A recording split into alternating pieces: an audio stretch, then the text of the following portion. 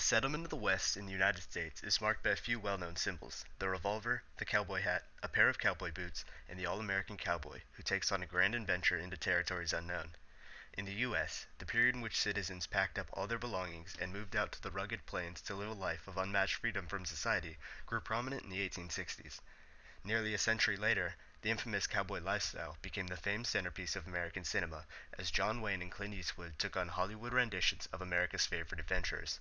In 1969, John Wayne took on the role of Rooster Cogburn, as did Jeff Bridges 41 years later, in the movie True Grit, an American classic that portrays the rough life of the frontiersman in such an astounding fashion. As such, it is only fitting to see what changed from 1969 to 2010 in America as we change the cowboy.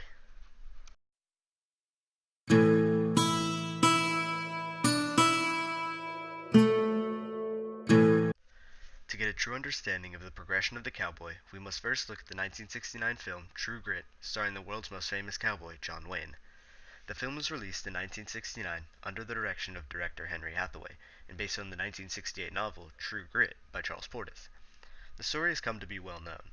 A drunken U.S. Marshal, known in the West as the deadliest shot, the most ruthless lawman around, and the man who will always bring back his targets even if he has to drag them in a body bag, takes on a job from a young girl to bring back the man who murdered her father.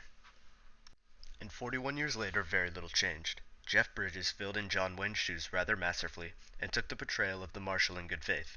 The 2010 Coen brothers film did very little to alter the story, only making minor character changes, enhancing the use of modern technology to manipulate their shots, and increasing the budget of the movie because the Coen brothers can. Apart from making small additions, however, most characters remained static for 4 decades, only to be brought back into the limelight once again. Now we must look at the only recognizable changes the movie brought us and take an in-depth view at our beloved characters. While the Coen brothers did what they could to keep the greatness of True Grit on a continuation, they did force some necessary changes that enhanced the film. A major one that can be seen across the film was the change in color. The 2010 film looked into the harshness and bleakness of the frontier life by darkening their shots. They also continued this trend of darkness in their original score, which replaced the upbeat, intense music from 1969 with slow, suspenseful, seat-grabbing compositions that made the film feel intensely emotional. Apart from that, they kept true to the classic and continued the trend of the cowboy, only with utilization of modern filmmaking tools and technology. Maddie Ross was another who showed a very recognizable change. As she was Rooster's employer, she played a major part in the film and can very possibly be the cowboy archetype of the film. However, in 1969, Maddie takes on a very maternal role and works to help Rooster when he is not at his greatest. However, in 2010, her naivety is the driving force that got Rooster to do his job, and her idealism was her only handicap in the Wild West. This was the most noticeable change to any character in the new rendition of the film. Now on to character changes. Rooster Cogburn took a very unfortunate change. While John Wayne may not have been the most concise speaker, Jeff Bridges was almost impossible to understand at several points in the movie. It may have been a Coen brothers decision, but it made intense scenes seem almost unimportant.